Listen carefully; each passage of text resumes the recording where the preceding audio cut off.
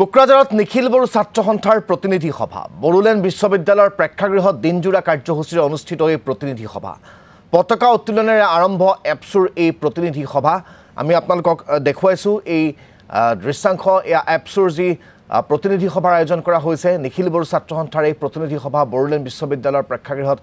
আজি দিনজোৰা কাৰ্যসূচীৰে আয়োজন কৰা হৈছে আৰু সেই কাৰ্যসূচী সম্পূৰ্ণৰূপে প্ৰস্তুতিৰ অন্তত আজি পুৱাৰে পৰা পতাকা উত্তোলনৰ জৰিয়তে আৰম্ভ হৈছে বুলি জানিব পৰা গৈছে আমি এপছুৰ প্ৰতিনিধি সভাৰ পৰা আপোনালোকক পোনপটীয়া সম্প্ৰচাৰ দেখুৱাবলৈ লৈ যাব বিচাৰিছো কোকৰাঝাৰৰ পৰা ৰিনয় বসুমতাৰী সংযুক্ত হৈছে ৰিনয় আজি নিখিল বড়ো ছাত্ৰ সন্থাৰ এই প্ৰতিনিধি সভা অনুষ্ঠিত হ'ব কেনেকুৱা কি কাৰ্যসূচী আছে কেনেকুৱা আয়োজন বড়োলেণ্ড বিশ্ববিদ্যালয়ৰ প্ৰেক্ষাগৃহত মই গোটেই বিষয়টো আপোনাৰ পৰা জানিব বিচাৰিছো হয় ৰাজদীপ মই এতিয়া কোকৰাঝাৰ বড়োলেণ্ড ইউনিভাৰ্চিটি কেম্পাছত উপস্থিত আছোঁ নিখিল বড়ো ছাত্ৰ সন্থাৰ যে মাৰ্চৰ 13 পৰা 16 তাৰিখলৈকে বটপাপেটৰ দতমাত যে অধিৱেশন হৈছিল এই সময়ত নতুন কমিটি হ'ব লাগিছিল কিন্তু হ'ব পৰা নাছিল আজি আকৌ নতুন কমিটি হ'ব ইয়াৰ কাৰণে এতিয়া ৰাতিপুৱা যে নিখিল বড়ো ছাত্ৰ সন্থাৰ আৰজ প্ৰেয়াৰ আৰম্ভ কৰাৰ পিছত পতাকা উত্তোলন কৰা হৈছে নিখিল বড়ো ছাত্ৰ সন্থাৰ সভাপতি মই দেখাব অনুৰোধ কৰিম লাহে লাহেকৈ ইয়াৰ শ্ৰদ্ধাঞ্জলি দি থকাটো আমি দেখিবলৈ পাইছোঁ আৰু যদি চাই বিভিন্ন মিডিয়াত চৰ্চা হৈছিল নিখিল বড়ো ছাত্ৰ সন্থাৰ সভাপতি দীপেন বড়ো চাহাবে আকৌ ওলাই যাব নেকি বা পলিটিকেলত সোমাব নেকি ইয়াৰ বিষয়ে আমি জানিবৰ কাৰণে চেষ্টা কৰিম আজি আকৌ থাকিব না ওলাব ইয়াৰ বিষয়ে আমি জানিবৰ কাৰণে চেষ্টা কৰিম লাহে লাহেকৈ এই পৰিৱেশ কোকৰাঝাৰ বড়োলেণ্ড ইউনিভাৰ্চিটিৰ নিখিল বড়ো ছাত্ৰ সন্থাৰ বিভিন্ন ঠাইৰ পৰা ডেলিগেটসকলে আহিছে কণ্টেক্ট পিছতে ডেলিগেট ছেশ্যন হ'ব আৰু ইয়াত আলোচনা কৰা হ'ব মই জানিবৰ কাৰণে চেষ্টা কৰিম নিখিল বড়ো ছাত্ৰ সন্থাৰ সভাপতি আজি কি কি আয়োজন কৰা হৈছে প্ৰগ্ৰামটো হয় নিখিল বড়ো ছাত্ৰ সন্থাৰ 57তম যি অধিৱেশন যোৱা 13, 14, 15, 16 দতমা অধিৱেশনত অনুষ্ঠিত হৈছিল আৰু ইয়াৰে চূড়ান্ত এটা কাৰ্যসূচী আমাৰ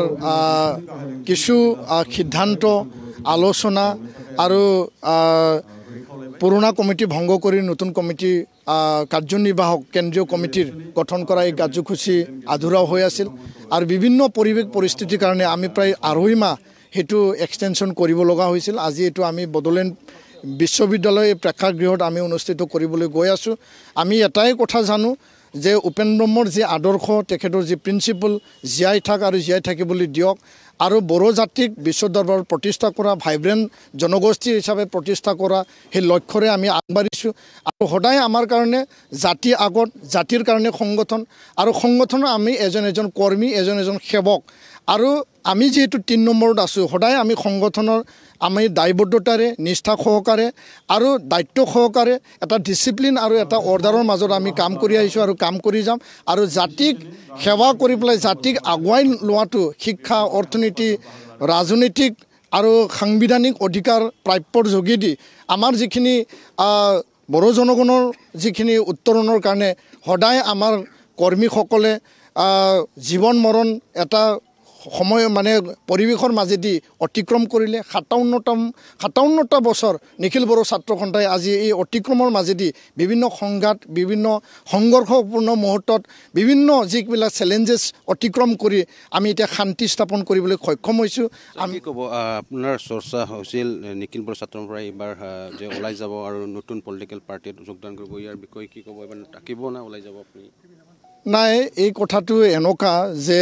নিখিল বড়ো ছাত্ৰ সন্থা সদায় সমাজ আৰু জাতিটোৰ কাৰণে আমি কাম কৰি আছোঁ আৰু এই ক্ষেত্ৰত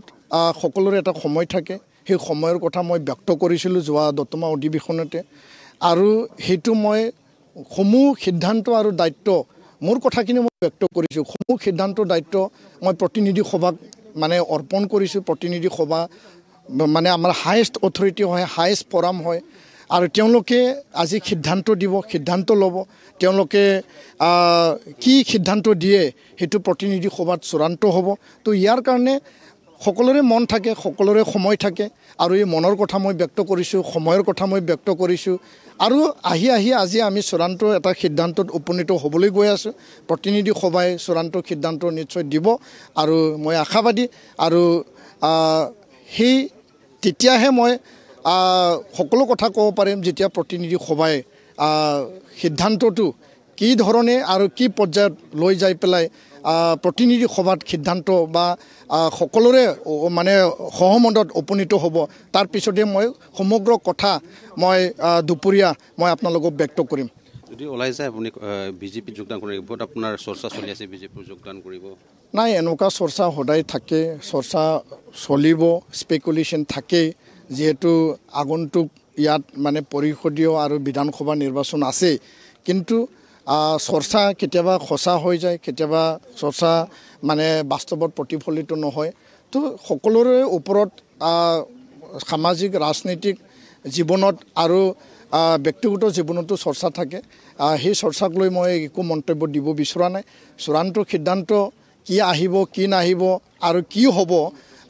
প্ৰতিনিধি সভাই যেতিয়া সিদ্ধান্ত ল'ব তাৰ পিছতহে মোৰ কথাখিনি মই মানে আপোনালোকক মই ব্যক্ত কৰিম অসমবাসী বিটিআৰবাসী ৰাইজক মই জনাম কমিটি এবাৰ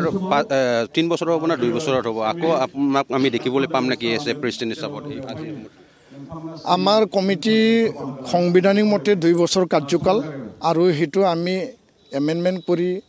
3 বছৰ কৰাৰ কাৰণে আমি আজি আলোচনা কৰিম আৰু সেইটো পিছত আমাৰ কমিটিক বনোৱাৰ পিছত ইয়াৰ সিদ্ধান্ত আহিব ধন্যবাদ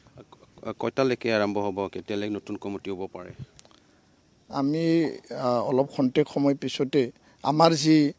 প্ৰতিনিধি সভা সেইটো আমি আৰম্ভ কৰিম আৰু লগতে প্ৰায় 1 বজাৰ আগে আমাৰ নতুন কমিটি পুৰণা কমিটি ভংগ কৰি নতুন কমিটি গঠন কৰা সেই প্ৰক্ৰিয়া সমাপ্ত হ'ব ইয়াৰ পিছত আৰু বিভিন্ন বিষয় বড়ো শান্তি চুক্তি ৰূপায়ণ শিক্ষা গুণগত শিক্ষা বিদ্যালয় প্ৰাধিকৰণৰ বিষয় বা নিখিল বড়ো ছাত্ৰ সন্থাক এটা নতুন উদ্যমেৰে লৈ যোৱা বহুতো প্ৰসংগ বহুতো বিষয় বহুতো এজেণ্ডা আছে সেই এজেণ্ডাৰ ওপৰত ইয়াত আলোচনা হ'ব আলোচনাৰ পিছত আমি সিদ্ধান্ত ল'ম ধন্যবাদ হয় নিখিল বড়ো ছাত্ৰ সন্থাৰ আজি যে 57 যে অধিৱেশন বা নতুন কমিটি কণ্টেক্ট পিছতে হ'ব ডেলিগেট মিটিং হ'ব মই দেখাবৰ কাৰণে চেষ্টা কৰিম এজনকে ইয়াত শ্ৰদ্ধাঞ্জলি দি টকাটো আৰু ডেলিগেট মিটিং আৰম্ভ হ'ব অসমৰ বিভিন্ন ঠাইত য'ত নিখিল বড়ো ছাত্ৰ সন্থা আছে কমিটি আছে ইয়াত আহিছে আৰু আলোচনা কৰা হ'ব দীপেন বড়ো হিচাপে আকৌ থাকিব না নতুনকৈ প্ৰেচিডেণ্ট আহিব বা নিখিল বড়ো ছাত্ৰ সন্থাৰ সভাপতি কোন হ'ব জেনেৰেল ছেক্ৰেটাৰী কোন হ'ব কণ্টেক্ট পিছত আমি জানিবৰ কাৰণে পাম ডেলিগেটছ মিটিং হোৱাৰ পিছত এই পৰিৱেশ কোকৰাঝাৰ বড়োলেণ্ড ইউনিভাৰ্চিটিত এজনকৈ ইয়াত উপেন্দ্ৰনাথ ব্ৰহ্মৰ যে আইডিঅলজি লয় ইয়াত শ্ৰদ্ধাঞ্জলি দি থকাটো আমি দেখিবলৈ পাইছোঁ ৰাজদীপ ধন্যবাদ জ্ঞাপন কৰিছোঁ আপোনাক এই মুহূৰ্তত ৰিনয় বসুমতাৰী আমাক এপছুৰ এই প্ৰতিনিধি সভাস্থলীৰ পৰা পোনপটীয়াকৈ পৰিৱেশ দেখুওৱাৰ বাবে